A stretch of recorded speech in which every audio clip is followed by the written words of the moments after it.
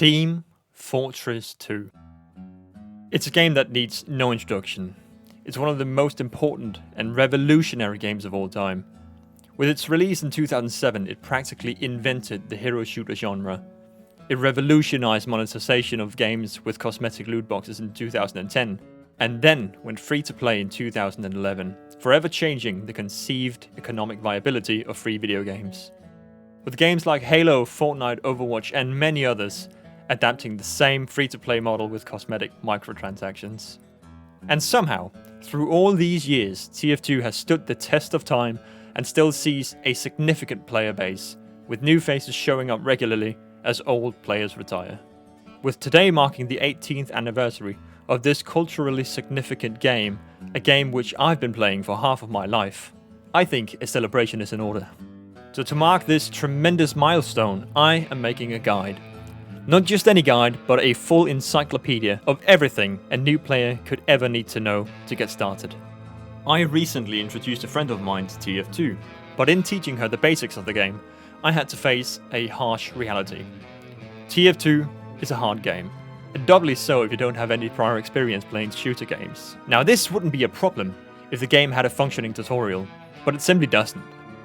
The in-game tutorial is only half finished, and is genuinely the worst tutorial I have ever played in a video game. So for any new player, there's so much knowledge that is just simply unattainable through regular and reasonable means. And it often feels like they're left to figure out the entire game by themselves, which can prove to be an uphill battle when you're facing people who've been playing for over a decade. And precisely this knowledge gap is what I hope to remedy here today. This isn't the kind of video you can digest all at once as a beginner. For the purposes of this video, I'll assume you have little to no experience playing first-person shooter games. So when I say that I'll be going over everything a beginner needs to know, I truly do mean everything. That means this video will probably be very long, and I don't expect anyone to go through it all in one sitting. We'll be going over characters, mechanics, game modes, strategies, optimal game settings, and so much more. So strap in and come with me on a journey through the ins and outs of my favorite game ever made. This is the ultimate beginner's guide to Team Fortress 2. You're late to the party. TF2 is an old game, and it's highly unlikely that you'll ever get to experience any major content updates or balance changes. For reference, the last major update to the game was all the way back in 2017. That's 8 years ago as of me writing this.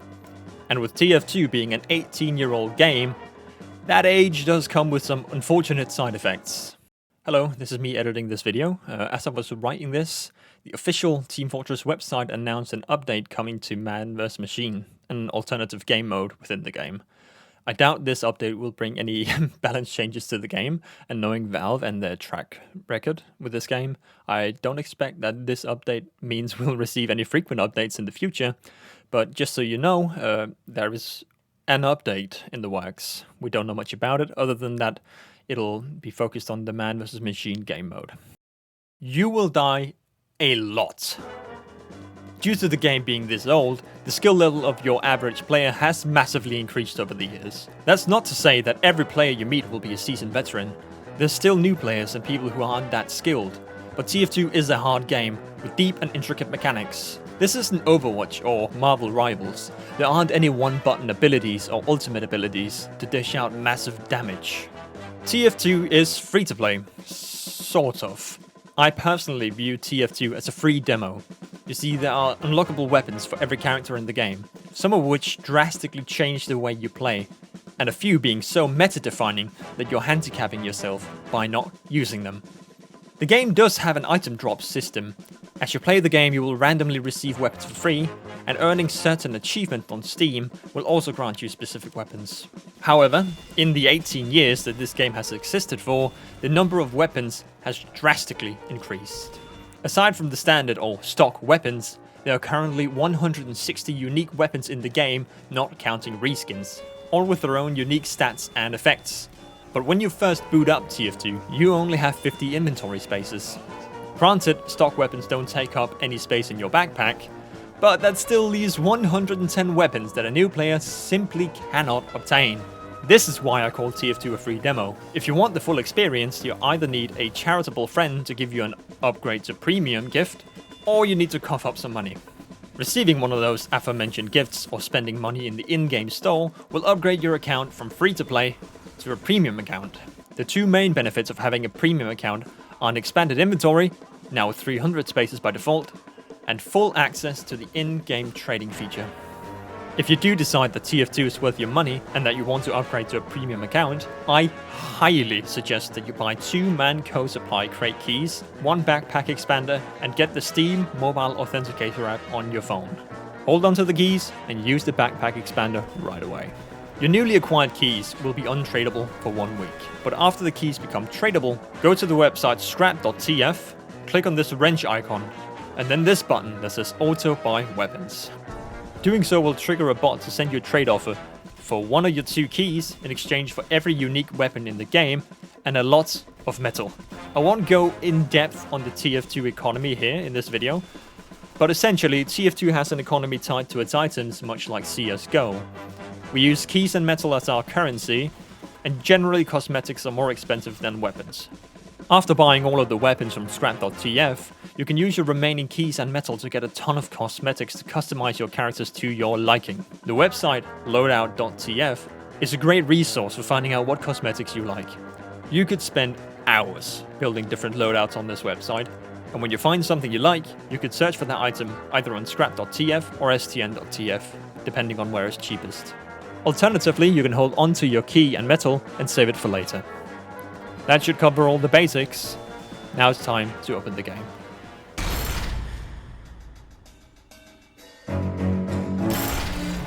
When you open up Team Fortress, you will be greeted by a main menu that looks like this. But before you jump into your first match, there are a few things we need to take care of. As mentioned earlier, TF2's age comes with a lot of unfortunate side effects, and the worst offender by far has to be the default settings. So let's change that. First, open the options menu, click on Video, Advanced, and slide the Field of View or FOV slider all the way up to 90. Doing so will turn your game from looking like this to this. The game feels way less claustrophobic like this, and you can now see more of what's going on around you. While we're here, let's go to mouse settings and turn mouse acceleration off. Mouse acceleration makes it so that your head travels different distances depending on how quickly you move your mouse, which will make your aim inconsistent. Now close the regular options menu and click on Advanced Options. Scroll all the way down until you find this slider that says View Model Field of View and slide it all the way up. This makes it so your weapons are further away from your face, freeing up space on your screen so you can see more. I personally like to combine this with Minimized View Models, which is located further down in the options menu. Using minimized view models does not change where your projectiles shoot out from. It is purely a visual change that'll free up some more space on your screen. I'll be showing some more important options on screen now for you to toggle on, and I'll also have them typed out in the description of this video for your convenience, so that you don't have to go back in the video to find them later. That should cover all of the settings. To find a game, simply click on Find a Game and tick the boxes of all the game modes you wish to queue for. I would recommend queuing for Payload, as I believe it's the best game mode to learn the game as a complete beginner. Alright, let's talk game modes. In Payload, the blue team's objective is to push a bomb into the red base to blow it up, while red defends. Standing next to the payload as a blue player will push the payload forward. However, if the payload hasn't been pushed for a while, it'll slowly roll backwards. Red players can also stand next to the payload at the same time as blue players, preventing the blue player from pushing the payload. There are numerous checkpoints throughout the map. If the blue team successfully pushes the payload past a checkpoint, the card won't be able to roll behind that checkpoint again, and some more time will be added to the game timer. Pushing the payload will heal you for 10 health every second and supply you with ammunition, which encourages a new player to play the objective. Attack and defend is similar to Payload, but instead of pushing a bomb, the blue team has to gain control over red team's capture points, which you do by standing on them much like the Payload for a set amount of time without an enemy player also being on the point. Capturing these points doesn't provide your team with health or ammunition like the Payload does. That feature is unique to the card in Payload maps. Capture the Flag, or CTF, is a back and forth where the two teams fight over each other's briefcases containing classified intelligence. I highly recommend against playing this game mode as a beginner in Team Fortress. If you're interested in learning why, there will be a video by Uncle Dane linked in the description which covers why the game mode is flawed at its very core.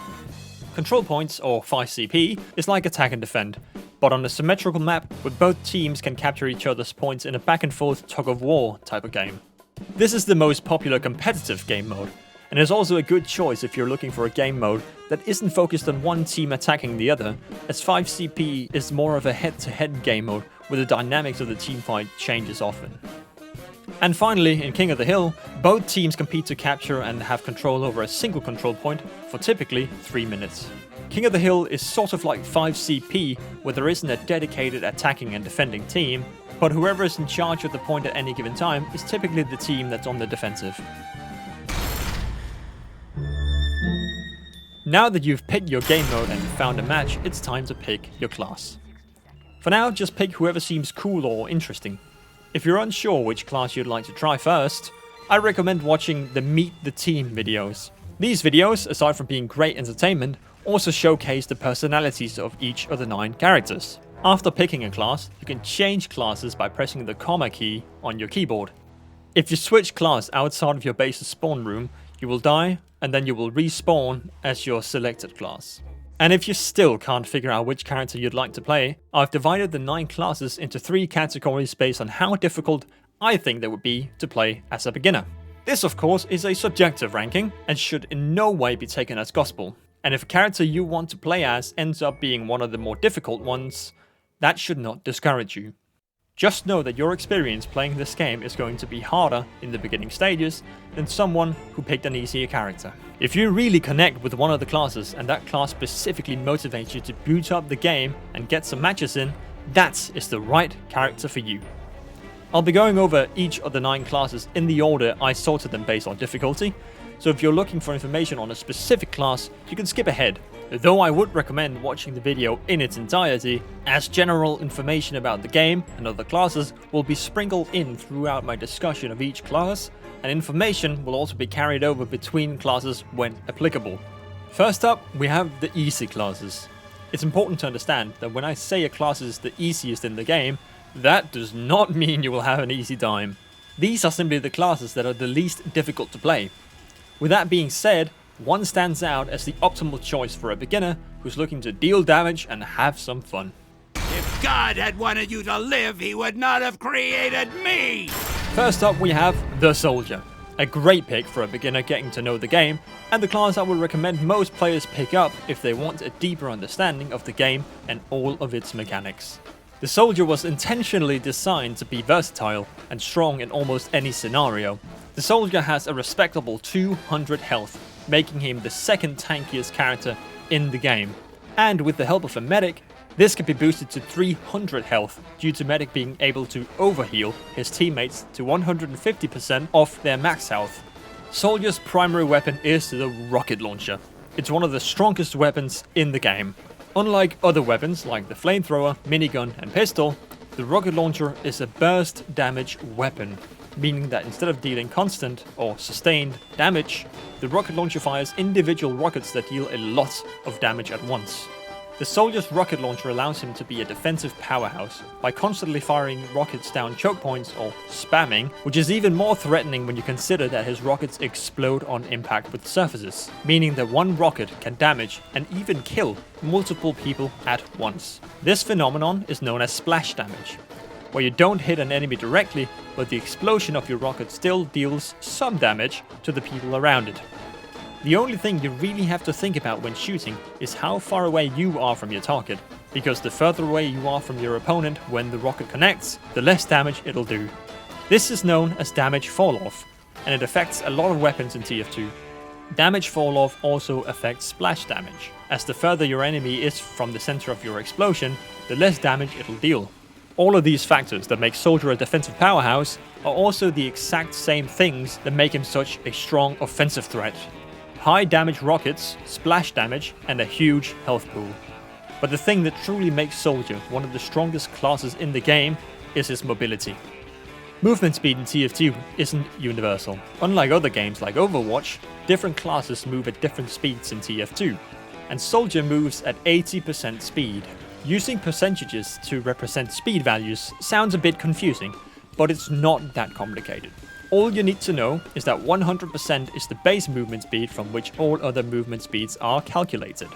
Soldier may only have a move speed of 80%, making him the second slowest class in the game, but that's only if you take walking into account. At the expense of health and ammo, Soldier can shoot a rocket directly at his own feet while crouching and jumping, launching him in the opposite direction of the rocket. This is rocket jumping. Although rocket jumping can be used to traverse entire maps in seconds, it also has a lot of much simpler use cases that can arguably be more powerful.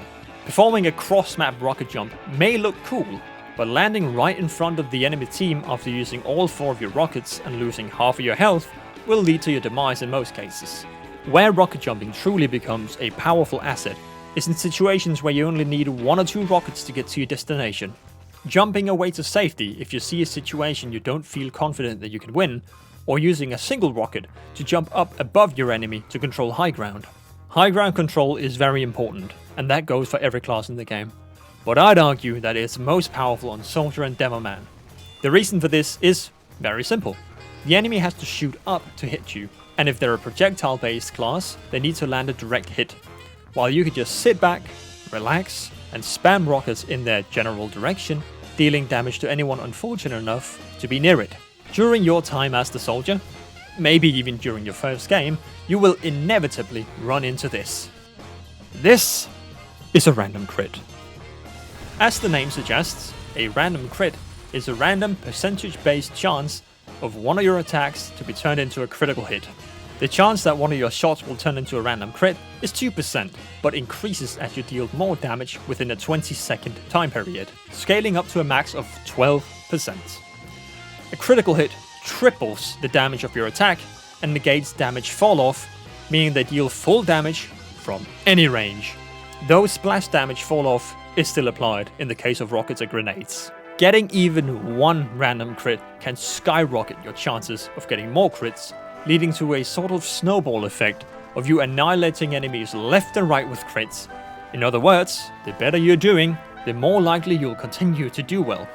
Random crits are a divisive topic within the community, as some people really like their inclusion, while others wish to see them removed.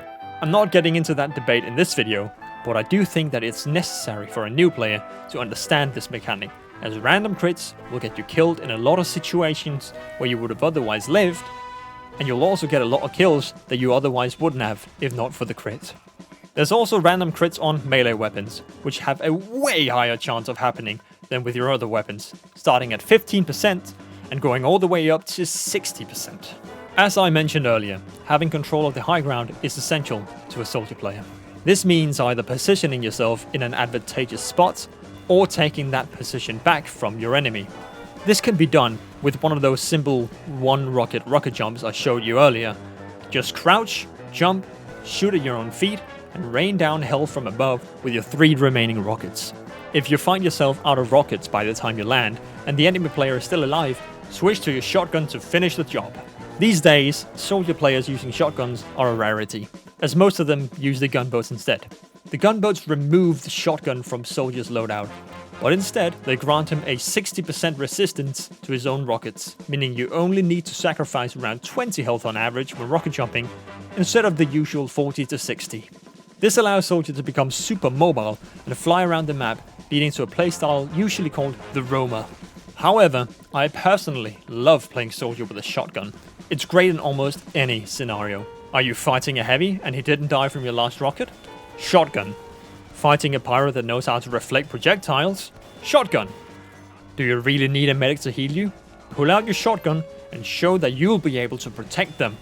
The shotgun truly elevates Soldier to the top of the theoretical 1v1 class tier list. If you've decided that you want to spend money on a premium account and get all of the weapons in the game, I'd highly advise that you switch out one of your weapons when learning the fundamentals as Soldier. And that weapon is your melee, the shovel. Using your melee weapon in combat is generally ill-advised, as they only deal 65 damage, you need to be right in your enemy's face, and they most likely have a gun pulled on you. Although melee kills do happen sometimes, you should try your best to avoid them. This is why almost no one uses regular melee weapons. They're simply too unreliable. Not just on Soldier, but on any of the 9 classes. We tend to switch out melee weapons for utility tools, weapons that help a class overcome their shortcomings, and Soldier has 2 great melee options to choose from: the escape plan and the disciplinary action. The escape plan is exactly what its name implies, a tool for a last-ditch escape attempt. The escape plan speeds up Soldier when he's holding it if his health is below 160. The lower your health is, the faster you'll move, for a maximum of 128% run speed when at 40 health or below. This upside does come with a downside, and that downside is being marked for death. Being marked for death makes you take mini crit damage. A mini crit is sort of like a critical hit, but as the name suggests, it's a bit more toned down. Instead of multiplying your damage by 3, a mini crit boosts the damage of any given attack by 35% and negates damage fall off. So if you have the escape plan deployed and a Demoman hits you with a grenade, you will take 135 damage as opposed to the 100 damage a grenade usually deals. Being marked for death also displays a skull icon above your head, alerting the entire enemy team to the fact that you're low on health and trying to get away. The marked for death effect also persists for a brief moment after you switch away from the escape plan. And finally, having the escape plan deployed makes it so that medics heal you 90% slower. This can be used as an upside in some scenarios, as a medic will generate ubercharge faster if he's healing a player who's not overhealed. The second melee option for you to consider is the disciplinary action. Upon hitting a teammate with a disciplinary action, both you and that teammate will gain a notable speed boost for a few seconds. This makes Soldier a great help when getting to the front lines, as you can hit your teammates over and over again to get both them and yourself to the fight faster. The disciplinary action also has the longest range out of any melee weapon in TF2. These upsides come at the cost of a 25% damage penalty, which isn't really noticeable, as you'll never really be using your melee weapon in combat anyways. Soldier is the essence of TF2. High burst damage weapons, high mobility, easy to pick up, and nearly impossible to truly master. Regardless of the type of soldier you decide to play as, your presence on the team will almost immediately be felt, as long as you stick close to your team and don't go headfirst into the enemy team all by yourself. Today is a good day. The Pyro is, in my opinion, the easiest class to wrap your head around if you've never played an FPS game in your life. Although the Pyro may be easier to understand at a fundamental level than the Soldier, I still believe that Soldier is slightly easier to actually play and perform well as, due to his unmatched power and versatility. The Pyro is a short-range class who specializes in area denial and team support. Don't let Pyro's placement in the offense category fool you. Pyro functions best as a defense-oriented support character and excels at hanging back with their team, defending against spies, and stopping incoming attacks from the enemy team. That is not to say that you can't do some serious damage as the Pyro, quite the contrary. A Pyro in the right hands is one of the most terrifying and devastating things you can encounter in this game. The Pyro's primary weapon is a flamethrower. Hitting an enemy with your flamethrower causes them to light on fire, thus dealing afterburn damage, which Pyro himself is immune to. If a player is afflicted with afterburn damage, they can either pick up a health pack to get rid of it instantly, or get healed by a medic, which will cause the fire to go out sooner. Afterburn scales with how long you hit the enemy directly with your flames. The longer you hit them for, the longer they'll burn afterwards. Pyro's flamethrower has a secondary attack, which is activated by clicking the right mouse button. This is the Air Blast, the mechanic that turns Pyro into the supportive defense character that we all know him as. An Air Blast costs 20 ammo to use, and can be used for the following 3 things. Extinguish burning teammates, which will also heal the Pyro for 20 health, push around enemy players, and reflect projectiles. That may not seem super impactful, but under specific circumstances, the Air Blast can become a game-changing ability. The medic has an ability called the Ubercharge. This is the single strongest mechanic in the game, by far, as it turns both the medic and the person that the medic is healing invincible for a whole 8 seconds. But if even a single Pyro is left unchecked, they can completely counter this by simply pushing the medic and his heal target away over and over again. Or say that your engineer is having trouble defending his sentry gun, a vital asset for your team. A Pyro can reflect all incoming projectiles, preventing any damage from being done to the engineer and his buildings. Reflecting a projectile will turn it into your own. So if a blue soldier shoots a rocket at a red Pyro, and that red Pyro reflects the rocket, that is now a red rocket and will deal damage to any blue player hit by it.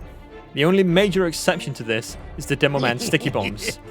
They can still be reflected while airborne, but once they land, the Pyro can only push them around for very short distances. Sticky bombs also don't change teams when reflected. You do still have options against sticky bombs, as they can either be destroyed with bullets or melee weapons after they've stuck to a surface. There are a few select projectile-based weapons that cannot be reflected, but these weapons are rarely used, so they won't affect you too much.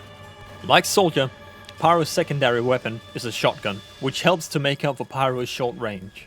The shotgun is a great damage dealer, and it's a fantastic tool for dealing with enemy Pyros because they can't be lit on fire, or for finishing off escaping enemies.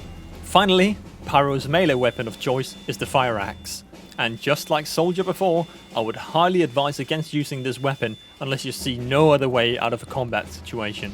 I've painted the picture so far that Pyro is exclusively a defense class, but that's far from the truth. Contributing to your team as a Pyro is far easier when you're playing defensively, as being an effective attacker as Pyro is much harder than other classes. Classes like Demoman and Heavy simply output way more damage than Pyro could ever hope to, and Pyro can't keep up with heavy hitters like Scout and Soldier due to his base 100% movement speed. And Pyro's very short range also makes her a sitting duck if he's left out in the open. As a defensive Pyro, spy checking is going to be one of your #1 priorities. Spy checking is the act of, every now and then, shooting small bursts of fire either at your teammates or into open air, as well as keeping an eye out on your team's back lines for enemy spies. As Pyro, you are Spy's #1 enemy. Spy has the ability to turn invisible, disguise himself as other players, and most terrifyingly of all, if he stabs a player in the back with his melee weapon, they will instantly die. However, if you hit a Spy with even a single flame particle while he's either invisible or disguised, you will be lit on fire, allowing everyone on your team to identify him as a Spy. Pyro's top threats by far are Heavy, Sniper, and Engineer. Heavy is much tankier than Pyro, boasting 300 health, as opposed to Pyro's respectable, yet vastly lower 175. This, paired with Heavy's far superior DPS, or damage per second, means that unless you catch a Heavy by surprise, you're not winning the fight. Hell, sometimes catching the Heavy off guard isn't even enough to secure the kill. Pyro's 100% movement speed is also not going to be doing you any favors. If you run into a Heavy, 9 times out of 10, it's already too late. And your best option is probably to push him away with your air blast and hope to God that you can turn a corner before he shreds you to pieces. Playing Pyro with the stock loadout is honestly fine, and you can be fairly effective. However, if you do decide to spice it up and buy the unlockable weapons, here are some loadouts that I would recommend. The Flamethrower, Scorch Shot, and the Homewrecker. This is the ultimate support Pyro loadout. The Scorch Shot is arguably one of Pyro's strongest weapons, as it allows her to be a nuisance from far ranges. The Scorch Shot fires a single explosive projectile at a time. This explosion sets anyone unfortunate enough to be hit by it on fire and to be afflicted with full afterburn. Hitting an enemy directly also sets them on fire, knocks them back, and causes their projectile to slowly float down to the ground and then explode upon contact with any surface, allowing you to hit the same person twice. Hitting a burning player with the Scorch Shot will also deal mini-crit damage. The knockback on hit makes the Scorch Shot the perfect weapon to prevent enemies from pushing past tight spaces, corridors, and choke points. It's also great for poking at enemy snipers from a far distance, as the explosion on impact with surfaces means you don't have to be 100% accurate to ignite the enemy sniper. And finally, the Homewrecker is a melee weapon which allows the Pyro to remove spy sappers from engineers' sentries, dispensers, and teleporters, even if the engineer isn't there. Normally, if a spy places a sapper on the building, the sapper will disable the building and slowly damage it. The engineer has the ability to remove the sapper by hitting it twice with this melee weapon. However, the Pyro only needs to hit it once to restore the building to its working state. But you should always make sure to get rid of the spy first before you remove the sapper, as the spy can just place a new one after you get rid of the first sapper. Alternatively, if you want to play more aggressively, you can use the backburner, scorch shot and the extinguisher. The backburner is a flamethrower that grants crits when you hit an enemy from behind. This is great for ambushes or for killing people when they try to run away from you. However, this upside does come with a downside. Air blasting with the backburner costs you 50 ammo instead of 20, meaning that if you have full ammo, you can only air blast 4 times instead of the regular 10 with the stock flamethrower. And lastly, the extinguisher is a melee weapon for Pyro that deals mini crits to burning enemies, but does less damage to non-burning enemies. However, it is a bit more complicated than that. Remember when I mentioned that burning someone for longer will cause afterburn to last longer? Well, the extinguisher extinguishes burning players when they get hit by it, and then accumulates all the remaining afterburn damage that player would have taken and deals all that potential damage at once, meaning that you can deal massive damage if you either light someone on fire for a long time, or if you hit them with the scorch shot, since it afflicts full afterburn. If you manage to kill a burning player with the extinguisher, you will receive a temporary speed boost, which can either be used to escape or go in for another kill. Alternatively, you can use the power jack, a melee weapon that grants Pyro a 15% speed boost while deployed, meaning you can catch up to medics and spies. However, holding the power jack also applies a 20% damage vulnerability to you. The power jack is great for getting to the front lines or escaping in a pinch, whereas the extinguisher is a good damage dealing weapon for finishing off some of the weaker classes. As the Pyro, you serve a very important role in making sure that your damage dealing teammates can secure kills and play the objective. As a support Pyro, your general game plan will revolve around spy checking, air blasting projectiles and players away from your team, and assisting your team with damage when they go in for an all-out attack. If you're looking for a simple introduction to Team Fortress, Pyro is a solid choice as an all-around class who can perform decently in most situations. My fists, they are made of steel! Heavy Weapons Guy, the face of Team Fortress 2, and the last of the easy characters. While I do think he is easier than most classes in the game, I do still believe he is the hardest out of Soldier, Heavy and Pyro. Heavy is the slowest class in the game, with a movement speed of only 77%. He is also the tankiest, with a massive 300 health, and he has some of the highest potential DPS in the game with his monstrous minigun. Heavy is the team's anchor, and few classes rival him in raw power, but this power is exactly what holds him back from going on a rampage against a competent team. Any decent player will recognize the threat of simply having a Heavy in a team fight and make it their priority to take you out as quickly as humanly possible. Because if they don't, you can quickly wipe out key members of the enemy team. Heavy's sheer size and slow move speed can make him an easy target, doubly so when firing his minigun, as doing so slows Heavy down from 77% move speed to a pitiful 37%. All of these factors make you the primary target for enemy snipers, as they can take out Heavy in one shot, even if the Heavy is overhealed to 450 health by a medic. Spy is also a massive threat, as he, like Sniper, can bypass your huge health pool with a single backstab, killing you instantly. Spies, like snipers, will often target you and your medic, and for a spy it's a lot easier to get a backstab on a Heavy than almost any other class. Spy has the ability to turn invisible, but when he decloaks, he makes a distinct sound. Normally, that would alert anyone in the vicinity to his presence, but Heavy's minigun is so loud that it'll often drown out the sound of the spy getting ready to strike, resulting in your untimely demise. These are just some of the reasons why I say Heavy is the hardest out of the easy characters. You're always the number one target, and since you don't shoot explosives like Soldier does, you can only damage one person at a time effectively.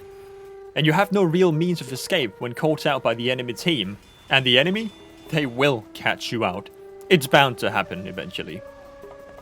As a Heavy, you need to understand that teamfights will often revolve around you and your team's medic, and if either of you go down, the likelihood of your team winning that fight is reduced drastically. Always stick with your team, and don't be afraid to retreat if you don't see yourself winning an engagement.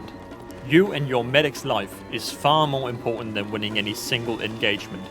You can always regroup with your team and try again. As heavy, playing around natural cover is crucial.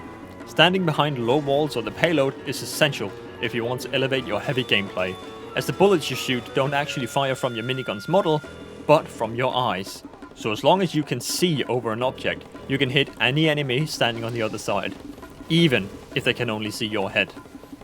This goes for any bullet-based character in the game, but I believe it's crucial on heavy, given his large size and his tendency to draw enemy fire towards him. Heavy is, in truth, a bit of a 50-50 character. You will either win a fight or you lose. And 9 times out of 10, it comes down to the spin-up time on your minigun. In order to shoot the minigun, the heavy first has to get it primed by holding down the fire button, which takes 0.87 seconds. And that's a long time in a game like TF2. Those 0.87 seconds can be the difference maker between going down and taking out an enemy. If an opponent catches you off guard, your chances of coming out alive are close to 0, and vice versa. You can prime your minigun without shooting it by holding down the right mouse button. Doing so makes the minigun spin without shooting, meaning that you can walk around with your weapon ready to shoot. An easy strategy that'll quickly have you skyrocket through the ranks of heavy players is called the jump rev. Simply jump forward, and while you're in the air, start spinning your minigun, and when you land, your minigun is almost ready to fire. Using this technique allows you to jump around corners or down from vantage points, surprising any unsuspecting enemies, and a surprised enemy is typically a dead enemy. Like the 2 classes before, heavy stock weapons are solid choices, and the stock minigun is my preferred option, although a large portion of the player base uses the Tomislav, as it's a perfectly good side grade to the regular minigun. The Tomislav spins up 20% faster than the stock minigun, meaning that it takes 0.696 seconds rather than the full 0.87 seconds of the stock minigun, making it better at jump revving. The Tomislav is also 20% more accurate, making it exceptional if you're good at aiming, whereas the regular minigun is a bit more forgiving if your aim isn't that solid yet. And unlike the minigun, the Tomislav doesn't produce any sound when it's spun up, meaning that you can sit behind walls or corners and surprise any unsuspecting enemies when they come around. These upsides come at the cost of your fire rate, as the Tomislav fires 20% slower than the regular minigun, effectively dealing 20% less damage per second than the regular minigun, assuming you hit every bullet. Choosing between these 2 miniguns is mostly up to preference, though the majority of high-level players tend to use the Tomislav. Heavy's secondary slot is far more interesting, as you can opt to disregard the shotgun entirely in favor of a sandwich. The sandwich is one of Heavy's strongest tools. Eating the sandwich will cause you to stand still for 4 seconds and heal all the way back up to 300 health, though its most potent use is as an emergency health pack for your teammates. By right-clicking with the sandwich, you can throw it, and doing so will cause it to act like a medium health pack and heal 50% of the max health of whoever picked it up. In TF2, there are 3 types of health packs.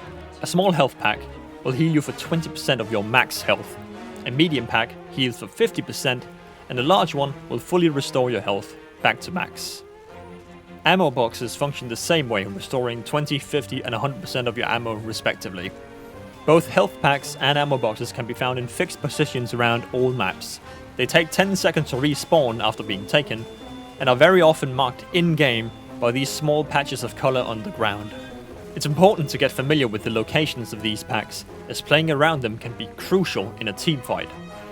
After being thrown, the sandwich takes 30 seconds to recharge, though picking up any health pack while at full health will instantly recharge your sandwich. This means you can throw down your sandwich next to a small health pack, then pick up that small health pack to instantly recharge your own sandwich, effectively turning the small medkit into a medium medkit. There are alternatives to the sandwich, most notably the second banana.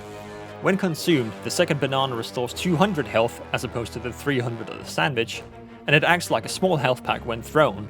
However, it recharges in only 10 seconds as opposed to the 30 seconds of the sandwich. The sandwich is typically better if you have a medic on your team that you wish to keep alive, and the banana is better for self-sustain. Although the lunchbox items are very powerful, that doesn't mean you should use them. If you find yourself preferring to play heavy with a shotgun, you should prioritize your own fun over healing your team's medic. And finally, melee options. As with the classes before, the stock melee goes right out the window in favor of 2 others. First, the Fist of Steel. The Fist of Steel is a defensive item that, when deployed, reduces the damage of incoming attacks by 40%, but doubles the damage taken from melee attacks. Having the Fist of Steel deployed also reduces your healing rate from medics by 40%, and also reduces the maximum overheal you receive by 40%, bringing it down from 450 to 390. Though these healing related effects only activate if you have the Fist deployed when the medic starts healing you. And finally, the Fist of Steel have a 100% slower holster time, meaning that it takes twice as long to switch from them to your other weapons as it would with the regular fists. Though this downside can be negated by quickly switching from the Fist of Steel to your secondary and then to your minigun. Alternatively, if your sandwich is on cooldown, you can switch to your minigun, back to the Fist of Steel, and then back to the minigun again, as this also negates the effect. For switching weapon quickly to negate the holster speed penalty, I suggest using the 1, 2 and 3 keys on your keyboard rather than your mouse wheel. If being a defensive tank isn't your thing, Heavy also has access to the gloves of running urgently, or the GRU. Holding out the GRU will increase your movement speed to 99%, making you almost as fast as Pyro, Sniper and Engineer. This comes at the cost of draining your max health. Max health is important, as the GRU doesn't damage you, it reduces your health cap. This means that a medic cannot negate this effect. When deployed, the GRU will instantly take away 20 of your max health and then start draining 10 max health per second, though your max health cannot go below 100. And putting the GRU away will start granting Heavy his max health back slowly. Finally, this weapon has a 50% holster speed, but this can be negated the same way as the Fist of Steel. Heavy is a limiting but powerful class that is sure to teach you the basics of teamwork, positioning, and utilizing natural cover to your advantage. And in my opinion, it's a bit harder than Soldier and Pyro, given his nature as a damage sponge. If you like big damage numbers and absorbing enemy damage as your medic keeps you alive, Heavy is the class for you. Get behind me, Doctor! Jawohl! Charge me! Moving on to the slightly more difficult characters, we have the Medic. Medic is my personal main of choice, and a solid pick for a beginner looking to instantly have an impact on their team. Medic has 150 health and a movement speed of 107%, making him one of the 3 fastest classes in the game, although not by much. Being the team's dedicated healer, he isn't really that capable of defending himself if he is caught out alone by an enemy, and will most certainly die in the majority of 1v1 fights. So as a medic, you should do everything in your power to avoid these scenarios. You should be near your teammates at all times. If you see a team fight going south, don't be afraid to fall back to preserve your own life, as you are undeniably the strongest class in the game. And you going down in a fight will most likely spell certain doom for your team. As a medic player, you should be spending as much time as possible of any given game with your secondary, the Medigun. The Medigun allows you to heal your teammates at a base rate of 24 health per second. It is possible to heal your teammates for 72 health a second if they haven't taken damage in the past 15 seconds due to a hidden mechanic called crit heals. But for now, just move forward with 24 health a second in mind. As you're healing your teammates, you will eventually fill up this meter, your Ubercharge. Right-clicking with your Medigun deployed when you're at 100% will make both you and whoever you're healing invincible for 8 whole seconds. Your Ubercharge will fill faster depending on certain conditions. The fastest you can get from 0 to 100% Ubercharge is 40 seconds, and can only be done if you're healing players who are below 142.5% health.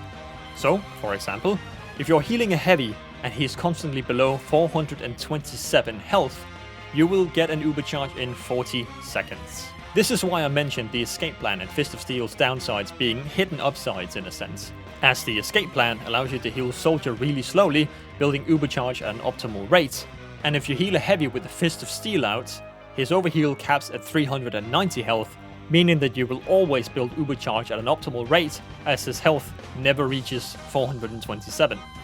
If your heal target is above the aforementioned 142.5% health, your Uber rate will be cut in half, taking almost a minute and a half to reach an Ubercharge.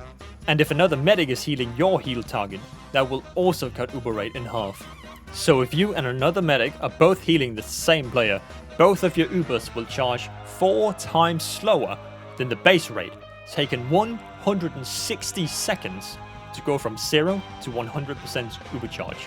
Furthermore, 2 medics healing the same player will not multiply how fast that player is healed, as they will still only receive 24 health a second. This hidden mechanic is in place to discourage a bunch of medics from stacking their mediguns on a single heavy and rolling entire teams. So, if another medic starts healing the same player as you, consider finding someone else to heal, as it'll benefit both you, and by extension, your teammates. Teamfights in TF2 revolve almost entirely around the medic and his Ubercharge, as 8 seconds of invincibility can change the tides of any battle, forcing the enemies to retreat. So, who should you grant the privilege of your Ubercharge? There are 3 classes that are almost always safe bets. First up is Soldier. Though personally, I only use Ubers on soldiers if they have a shotgun on them. Soldier's high damage and crowd control with his explosives makes him a prime candidate, and if a pesky Pyro tries to reflect his rockets away, he can gun the Pyro down with the shotgun. The main downside to Ubering soldiers is that they tend to rocket jump forward, leaving you in the dust and without the protection you need when the fight is over. Your second option is Heavy. Heavy's immense damage output at close range makes him the perfect Uber target if you can get the jump on the enemy team. That is, only if you manage to get the jump on them, because if not, Heavy's slow walk speed and split up time on his minigun will make it nearly impossible to chase down fleeing enemies. Ubering a Heavy will either be the most underwhelming experience of your life, or the sheer dopamine hit of recreating that final scene in Meet the Medic will fry your brain's dopamine receptors beyond repair. The final candidate for an Ubercharge is Demoman. Demoman, like Soldier, has fantastic crowd control with his grenades and sticky bombs, and in my opinion, a good Demoman is the best option for an Uber in a casual setting.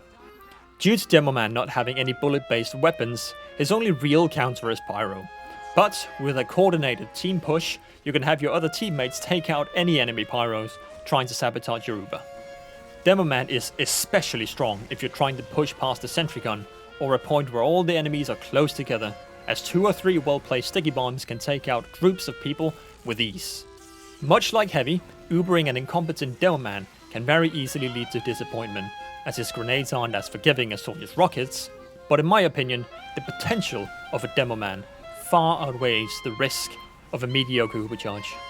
Alternatively, if you find that your team is having a hard time pushing past choke points, you can also flash multiple teammates. Flashing is switching your heal beam from one teammate to another while you're Ubered, then switching away from that second player, either back to the first player you Ubered, or to a brand new third one.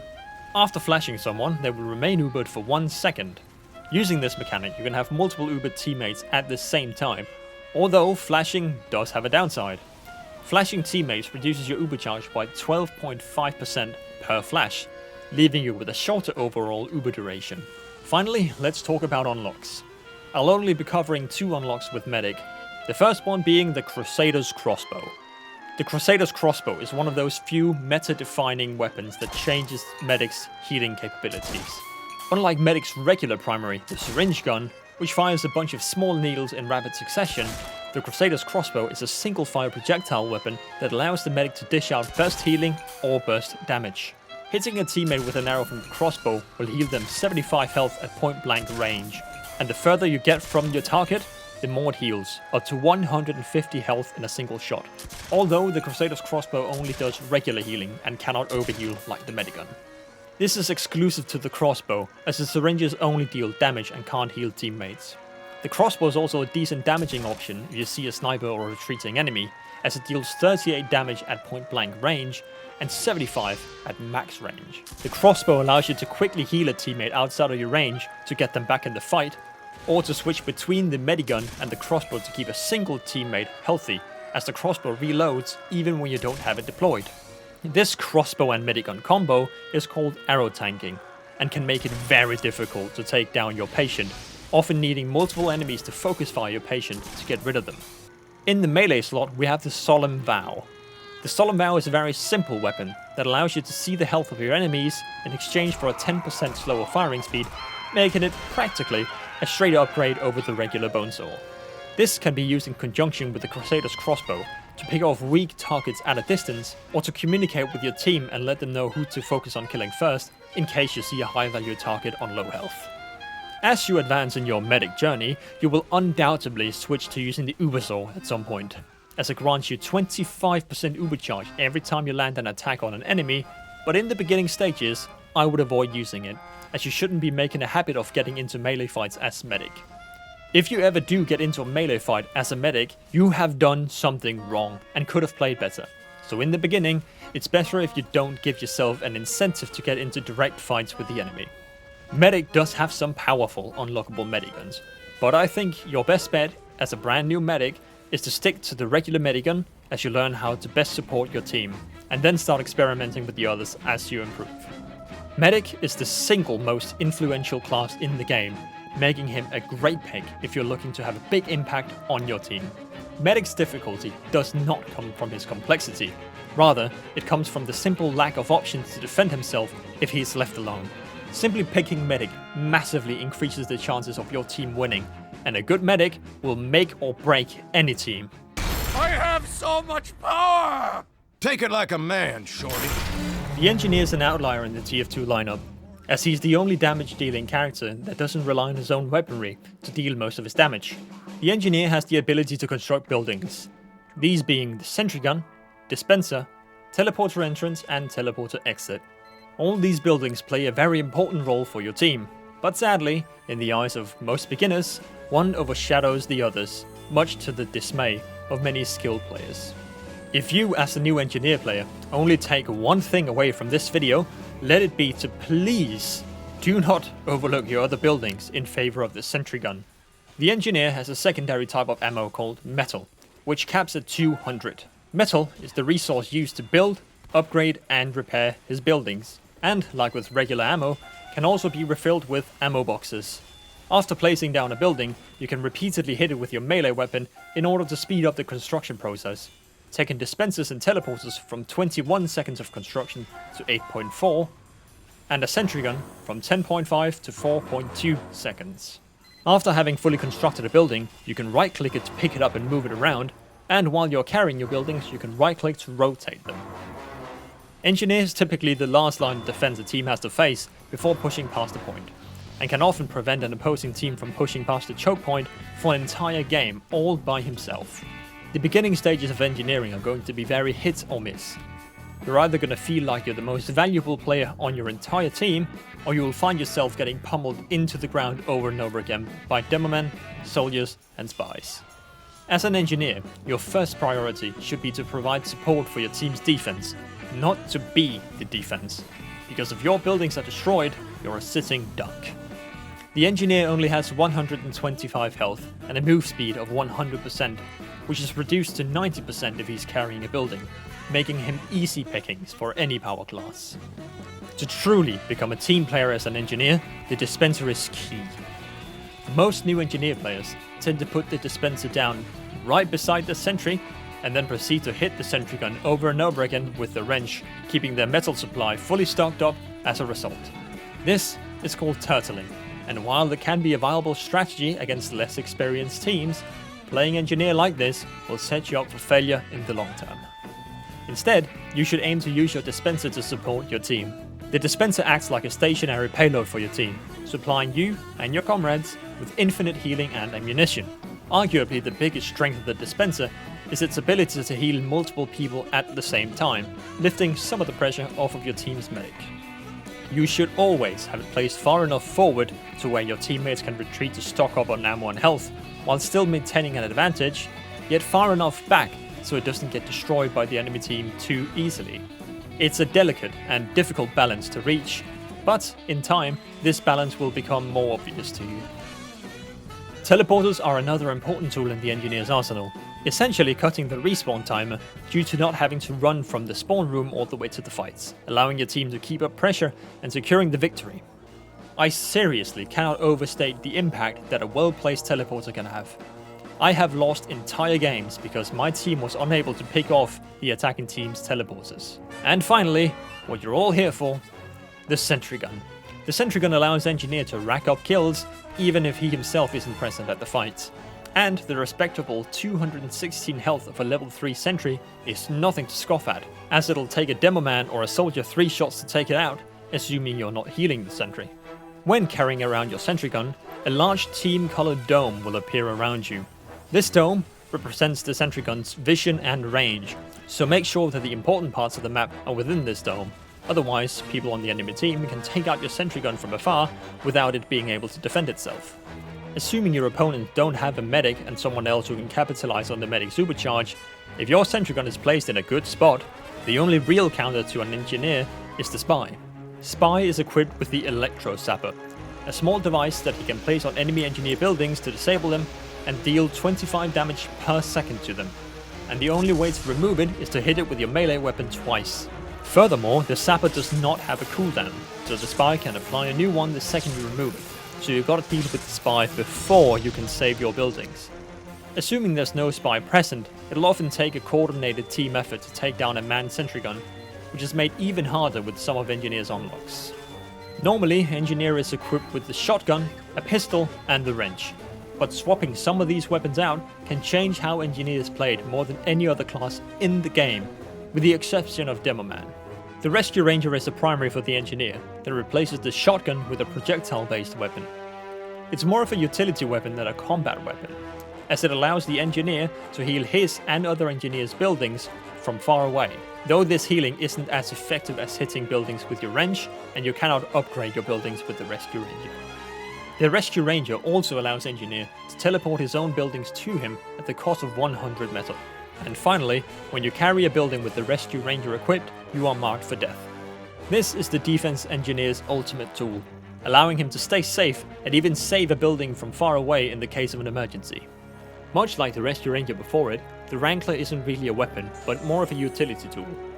Replacing the pistol, the Wrangler allows the Engineer to manually control his sentry gun, having full control over where it's aiming. Doing this also speeds up the rate of fire on the sentry gun.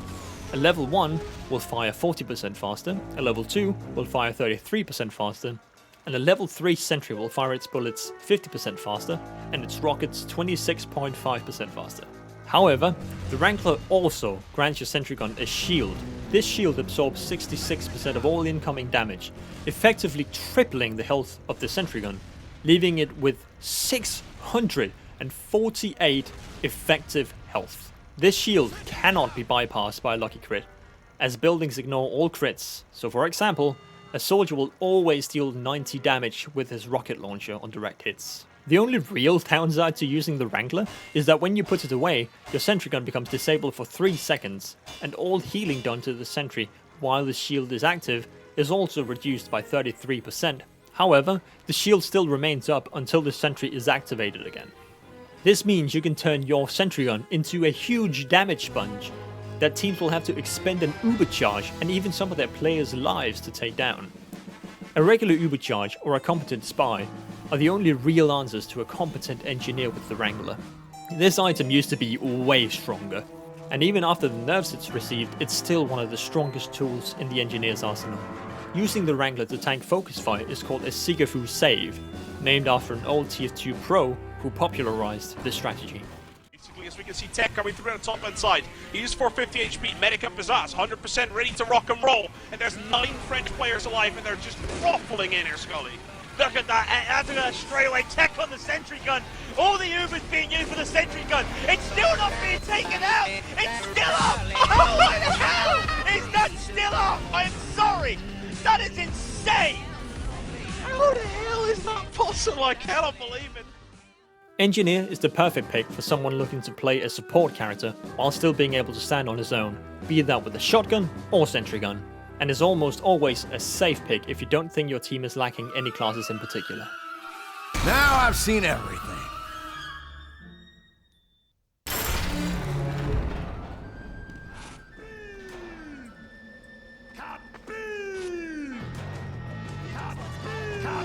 Demoman is one of the most powerful classes in the game, and has potential for insane damage output.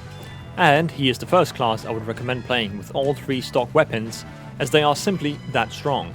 Demoman has the same health as a Pyro, sitting at 175 HP and a 93% walk speed, a bit faster than a soldier. Demoman is also the only class in the game who effectively has two primary weapons due to the sheer power of both of his guns. Demoman's actual primary weapon is the grenade launcher. It deals 100 damage on a direct hit, regardless of how long your grenades travel.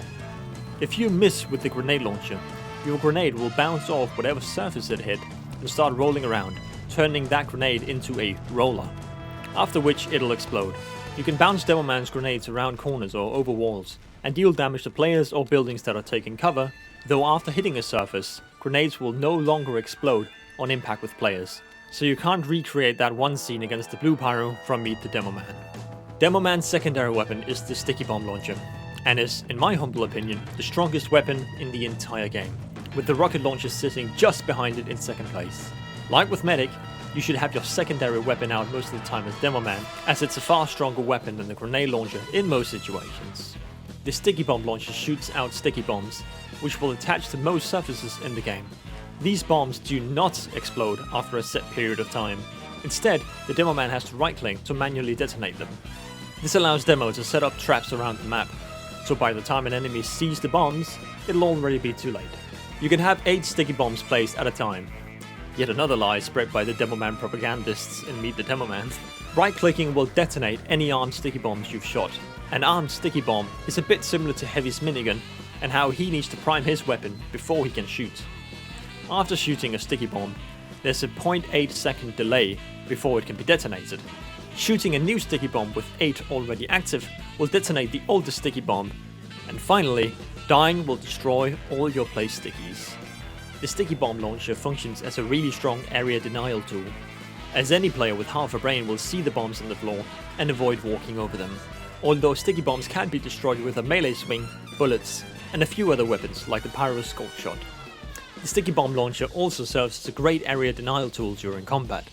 You can place a bomb near a health pack or at an escape route, denying an enemy the option to retreat, forcing them to take you on in a one-on-one. Finally, Demoman's melee weapon is the bottle, and like all other melee weapons so far, it's nothing special, but it is my personal Demoman melee of choice. Demoman, in my opinion, doesn't benefit a whole lot from changing to a different melee weapon. As a Demoman, you're one of the main damage dealers on your team, and oftentimes one of the most valuable players in a teamfight. The ability to deny entire groups of people access to whole areas of the map is not to be underestimated. Be sure to use your sticky bomb launcher as your primary weapon, and use the grenade launcher to spam down choke points, or as an emergency option if you're out of ammo on your sticky bomb launcher. If your team's medic decides to uber you, you should always focus on the enemy sentry gun first. Whip out the sticky bomb launcher and shoot down 2 or 3 stickies at the feet of the gun, and detonate them all at the same time. The sticky bomb launcher can also be charged, allowing you to fire stickies really far, but at a way slower fire rate. This can be used to pick off escaping enemies, or to counter enemy snipers who are causing trouble for you and your team. Demoman will prove to be a challenge for any new players, as he struggles greatly in close quarters due to not having any bullet-based weapons, meaning that he's always in danger of hurting himself with his own explosions. Scouts and Pyros are especially tricky for a Demoman to deal with, but as long as you stick with your team, they will have a hard time getting to you.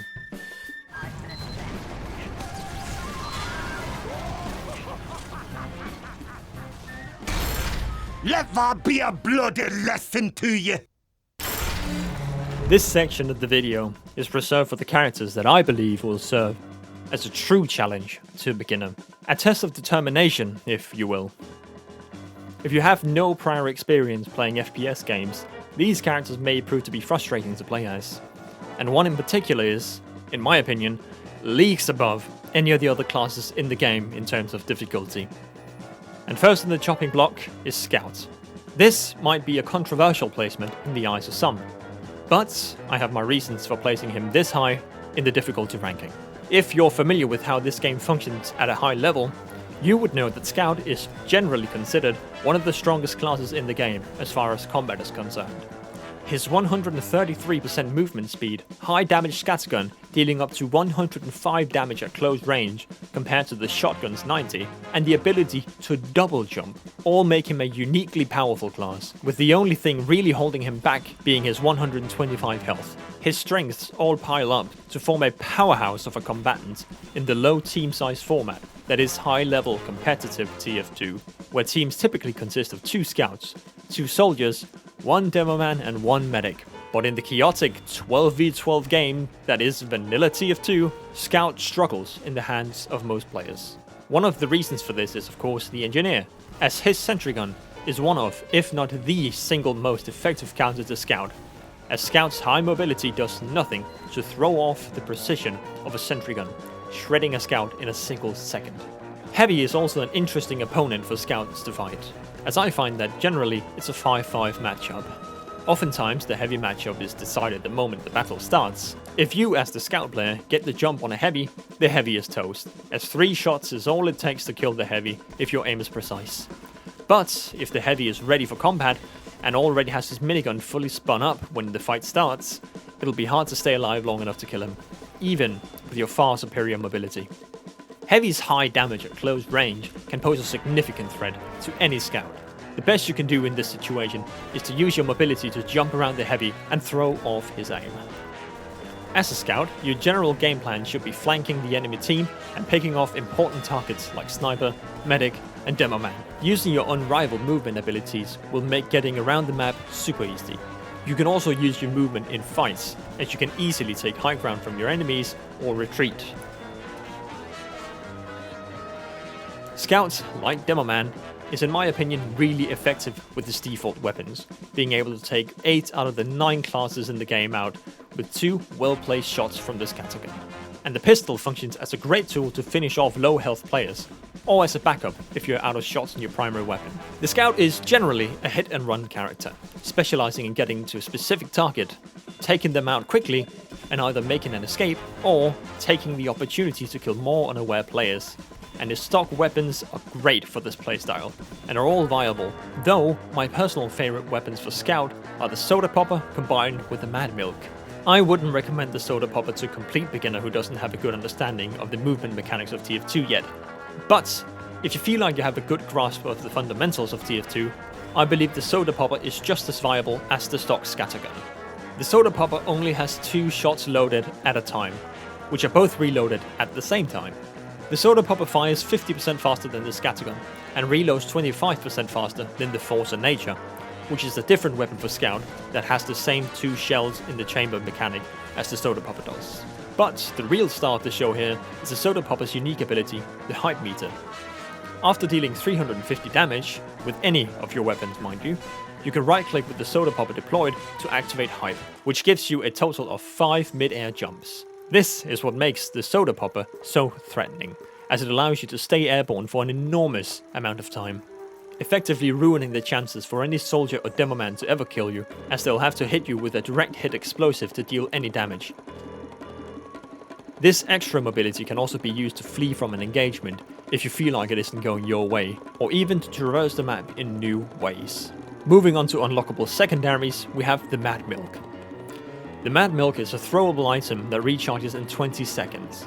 Hitting an enemy with a jar will cause them to be covered in milk, and 60% of any damage dealt to them while covered is returned to the attacker as healing, and this healing effect also applies to your teammates. So say you hit a heavy with the milk, and a demoman from your team hits the heavy with a grenade. Your friendly demoman is instantly healed 60 health, drastically increasing his chances of outliving the heavy. Though, like the Crusader's crossbow, the Mad Milk cannot give you overheal. The jar also explodes on impact with players or the ground, making it effective to throw into large groups of people, dousing them all in Mad Milk. You can also use the Mad Milk to extinguish burning teammates, and doing so will instantly charge 20% of your next Mad Milk, reducing the cooldown to 16 seconds rather than 20. You can also extinguish yourself with the Mad Milk, though this does not provide an instant 20% recharge. And finally, as with everyone else, even if you're going to use the stock primary and secondary, you should probably replace your melee weapon with one of the unlocks. Especially in Scout's case. Though he does swing way faster, his melee attacks only deal 35 damage, My personal pick would either be the Atomizer or the Rap Assassin. The Atomizer allows Scout to get an extra mid-air jump while it's deployed, granting you extra mobility. It also has other stats, but honestly, apart from the 50% slower deploy speed, they're not really worth discussing, as you'll never be using your melee for combat. It's important to note that the Atomizer's third jump does not stack with the Soda Popper, which is why I prefer using the Rap Assassin. The Rap Assassin only deals 12 damage per attack, but right-clicking will launch a Christmas ornament, which deals 15 base damage on impact and causes anyone hit with it to bleed for 5 seconds, dealing 40 damage over time. The ball recharges in only 7.5 seconds, so spamming it down hallways, choke points, or objectives is a decent way of both building damage on your hype meter with the Soda Popper and deterring enemies from entering choke points alone, as 40 damage isn't exactly nothing. Although Scout is very difficult to pick up for a beginner, in the hands of an experienced player, he can turn into one of the most terrifying threats in the entire game, picking off entire teams one player at a time by himself, while staying out of harm's way with his insane movement abilities and raw power. There is a reason Scout is a mainstay in competitive play, and his unmatched ability to make all of his opponents fight on his terms and keep an eye on the flank to make sure that he doesn't sneak behind to take out their medic all come together to form a true nightmare to fight. He is simply that powerful in the right hands. Your order now, I'll throw in a second beating, absolutely free. You'll be needing another use for that neck. Sniper is unique in the way he engages in battle. Most classes in the game prefer close to mid-range combat, but the Sniper functions best far away from his opponents. The Sniper has the ability to kill any enemy in the game with a single click, if your timing and precision are on point. By right-clicking with your Sniper rifle deployed, you will scope in. When scoped, this bar on the right side of your crosshair will slowly fill up. The higher the bar reaches, the more damage your next shot will do. A no-scope or quick-scope shot will do 50 damage, and a shot that's been fully charged will do 150. But when we think of snipers in a first-person shooter, we think of headshots. The Sniper has the unique ability to headshot his enemies, as no other class in the game has this ability by default. Headshots always deal a critical hit, tripling the damage of any given hit. With a fully charged headshot, you can deal up to 450 damage, the exact health of an overhealed heavy. It is, however, important to note, 1. You need to be scoped for 0.2 seconds before you can get a headshot. If you scope and shoot a player in the head before the 200 milliseconds have passed, it will simply count as a regular body shot. And 2. You need to be scoped in to get a headshot. In TF2, you can't get no-scope headshots under normal circumstances. And finally, the Sniper rifle is one of few weapons in this game that ignore damage fall-off, meaning that regardless of how far away you are from your opponent, you will always deal the same amount of damage.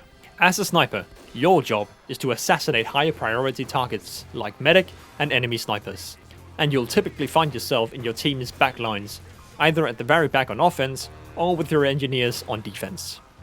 Your three main threats as sniper are scouts, snipers, and spies. Scout's high movement speed and double jump gives him the edge when facing off against a sniper, as he can easily dodge any incoming fire. And if a scout does manage to get close to you, all you have to defend yourself is either a well-placed headshot at close range, or your secondary weapon, the SMG. The SMG is a small automatic weapon, sort of like Scout and Engineer's pistol, but again, Scout's high mobility will easily outmatch most people's SMG aim. Sniper's 100% movement speed is also a huge handicap in these situations, as he cannot outrun any of his main threats, especially not a Scout. Next up is Sniper. When facing off against another Sniper, the battle typically comes down to whoever has better aim and reaction time, as a single quickscope headshot is all it takes to kill another Sniper player. Alternatively, you can fully charge your rifle and wait for the enemy Sniper if you know for a fact that he'll be coming into your sightlines soon, and then shoot them in the body for an easier kill. Lastly is Spy, the perfect sniper counter. Spy's ability to disguise himself as other players and turn invisible allows the Spy to maneuver across the map with ease and position himself behind enemy snipers, setting him up for an instant kill with a backstab, as the sniper will probably be too focused while aiming down his scope. Sniper is another class where I'd recommend starting out with a stock loadout, but if you really want to deviate from the norm, I'd suggest the stock sniper rifle, the Jarate, and the Bushwhacker. The Jarate is a throwable item, like the Scout's Mad Milk, but instead of allowing you and your team to heal yourself by damaging your enemies, hitting enemies with the Jarate will instead make them take mini-crit damage for 10 seconds. Like the Mad Milk, the Jarate recharges in 20 seconds, but again, much like the Mad Milk, extinguishing a burning teammate with it will reduce this cooldown to 16 seconds. But even outside of teamfights, it does provide Sniper with a lot of utility, especially when paired with the Bushwhacker. The Bushwhacker is a melee weapon that, at the cost of having no random crits and having a 20% damage vulnerability while deployed, always deals full critical hits when it would otherwise deal mini crits. If you find yourself caught out by an enemy or backed into a corner, you can quickly throw the Jarate at them and then rush in with the Bushwhacker for a desperate attempt to win the 1v1. With this loadout, you're left pretty defenseless against scouts, but you'll have the upper hand against spies, as 9 times out of 10, they'll fight you within melee range, and if they go invisible or try to escape, you can track them down if they're covered in Jarate. Sniper isn't a class that I'd recommend to beginners at all. He's not exactly beginner friendly due to his high skill requirement, and even if you do have the aim necessary to perform well, a lot of sniper mains turn out to be one-trick ponies, as they only ever sit back and shoot from far away and don't interact directly with most classes, so when they switch off of sniper, they tend to struggle because of how differently the other classes play. Nothing personal, mate. I'm just better. Promise not to bleed on my suit and I'll kill you quickly. At long last, we've come to the final class. The one I believe to be the hardest in the game to play. That being the Spy. Spy is the master of deception, having the ability to turn invisible, disguise himself as other players, and kill any player in an instant by stabbing them in the back with his knife. Spy is a huge source of paranoia, as there is no feeling worse than being ready to push in for one final attack to take home the victory, only to hear your medic scream in agony as the enemy's spy reveals himself to you with a devastating backstab, leaving your team without a newbie charge or healing. All of these unique abilities come together to make Spy the single worst class in the game. Not only is Spy the hardest class to play, but he is also considered the worst by the majority of the community. Spy has little to no mobility. He needs to get into melee range to be effective. He only has 125 health, and if you miss your backstab on an enemy, you only deal 40 damage as opposed to the 65 of most of the other classes. It's like Valve hates this man. His only saving grace is his 107% movement speed. Spy functions best against a team that doesn't even know that he's there. The more paranoid the enemy team is, the harder it'll be to fool them and get valuable kills. That is not to say that you cannot do well as Spy against a good team. You will simply just have to work way harder to achieve the same results you would otherwise get by playing other classes like Soldier, Medic, or Demoman. As I've outlined earlier, Spy is unique in the fact that he relies on deception to be effective. And to assist him in his devious endeavors, he's got two unique tools: the Invis Watch and the Disguise Kit.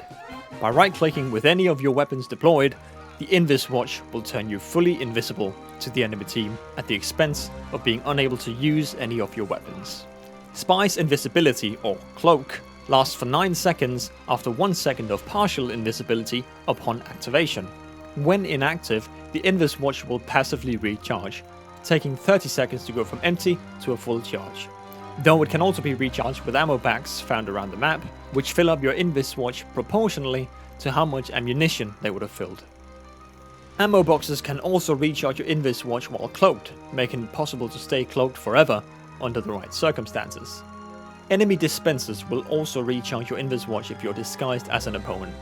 Furthermore, the Invis Watch provides Spy with some protection, as it both reduces incoming damage by 20% when cloaked, but cloaking also halves the time of debuffs applied to you, such as Afterburn and Jarate.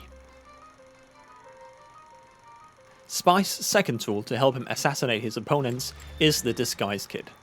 Holding the Disguise Kit brings up a menu, and clicking the numbers on your keyboard with this menu on screen will disguise you as an enemy player of the class corresponding to that number.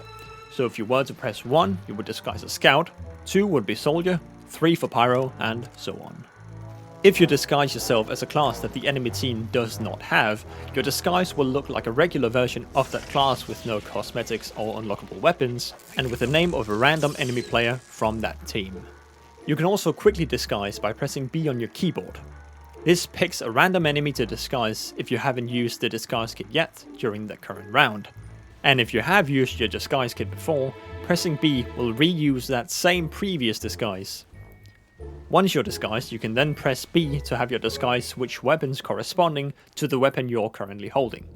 So pressing B while holding the sapper in your hands, while disguised as a medic, will make it look like you're carrying a medigun instead of a syringe gun. Then, after pressing B to switch your disguised weapon, you can switch back to your knife or revolver and it will still look like you're carrying a medigun. Disguising also matches your speed to the disguise you've selected. So say you've disguised yourself as a heavy. In that case, your movement speed will drop from 107 to 77%. Though this doesn't work with the scout disguise, as scout is faster than spy. It's important to mention that disguising does not affect your hitbox. If you don't know what a hitbox is, think of it as the game's nervous system. If an enemy shoots at you and the shot connects with the invisible boxes around you, the game feels that and detects the shot as a hit and deals damage to you. The mercenaries in TF2 all have different sizes and postures, thus granting them different hitboxes, but Spy retains his own hitbox when disguised, making it harder to effectively hit him. If you attack while you're disguised, your disguise will instantly disappear, revealing you to every enemy player near you. So make sure that your attack is certain to take out an important enemy before you go in for the kill. And as a final side note, clicking R with your disguise kit deployed will switch the team you're disguising yourself as, meaning you could, theoretically, disguise yourself as one of your own teammates. When disguising and going invisible at the same time, make sure that you cloak first and then disguise. When you put on a disguise as spy, a cluster of clouds will form around you, and if you disguise, then cloak, though you will still go invisible, the clouds will not, allowing enemies to track you easily. If you cloak first and then disguise, the clouds won't appear in the first place.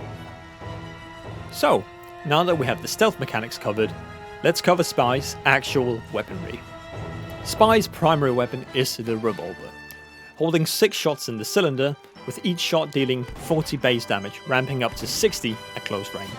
Though the revolver is often overshadowed by the knife, as the knife has the potential to instantly kill anyone who isn't ubercharged, the revolver is a potent damage dealer for when things don't go your way, as all it takes is 3 or 4 well-placed shots at close range to eliminate most threats in the game. Spy's secondary, the sapper, is more of a tool than an actual weapon. The sapper doesn't deal damage to players, rather, its purpose is to destroy engineers' buildings. Placing a sapper on a building disables that building, and then deals 25 damage to the building per second. The engineer can remove the sapper with his wrench, though doing so is futile, as Spy doesn't have a cooldown on how often he can place sappers. So, if an engineer isn't attacking you, you can spam sappers on his buildings to your heart's content, as you can apply sappers faster than he can repair the damage done to his buildings. Placing a sapper on the building will not get rid of your disguise, though the enemy will know it's you placing the sapper, as a unique animation plays when you place a sapper on a building. Once a sapper is placed on a building, you can switch to your revolver to attack it, stacking the damage of the sapper with your gun.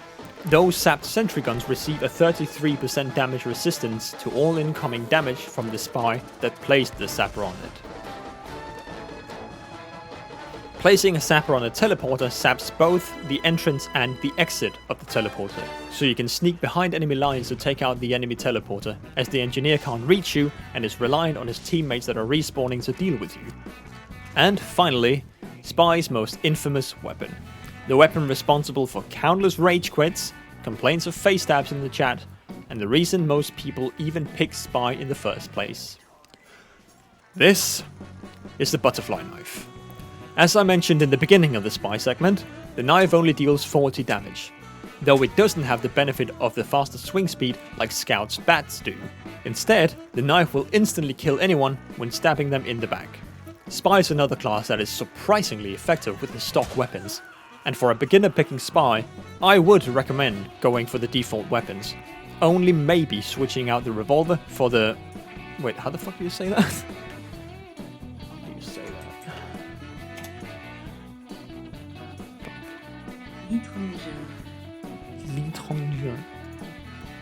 Maybe switching out the revolver with the l'étranger. With the what the fuck? Maybe switching out the revolver with the l'étranger, depending on your playstyle.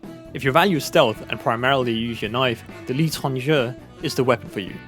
In exchange for doing 20% less damage than the stock revolver, this weapon increases your cloak time by 40% and instantly regenerates 15% of your cloak meter when you shoot an enemy with it. This gun allows you to take your time maneuvering the map and getting into position, which is essential as spy. But if you're caught out and need to defend yourself, you'll have a much harder time taking out your opponents. There is a reason that competitive 6v6 players only pick Spy to get one single important kill and then switch back to their preferred class after they inevitably die in the process. Spy is a class that functions differently than all of the other classes in the game on a fundamental level. And though I may have painted a grim picture of how it feels to play Spy so far, being the most important player on your team as Spy is very possible, as proven by players like Stabby.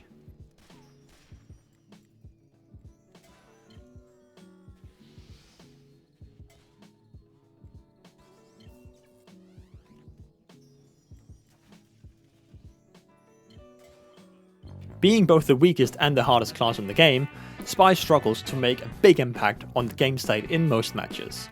But when you do finally start to get the hang of things and perform well despite all of Spy's shortcomings, you may just become the single scariest player in the entire server. You got blood on my suit. By now, it should be very apparent to you that TF2 is not a game you just simply pick up and start getting good at overnight.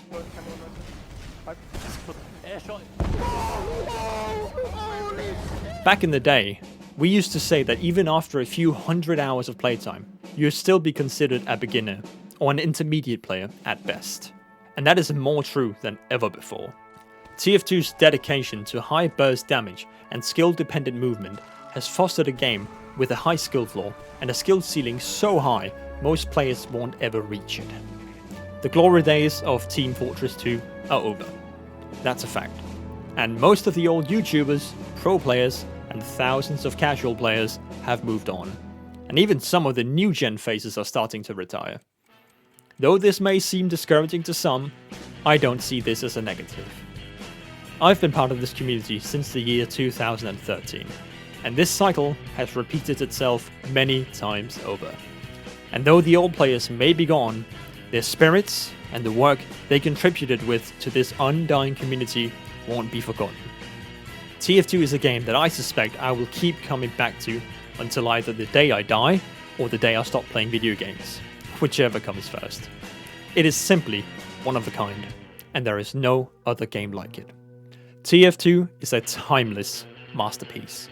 This game has stood the test of time, even through years of neglect from its developers, and a 5-year-long infestation of aim-hacking bots flooding most servers. And it is my belief that Team Fortress 2, despite whatever hardships it may face in the future, will continue to live on for many, many years to come. Thank you sincerely for watching.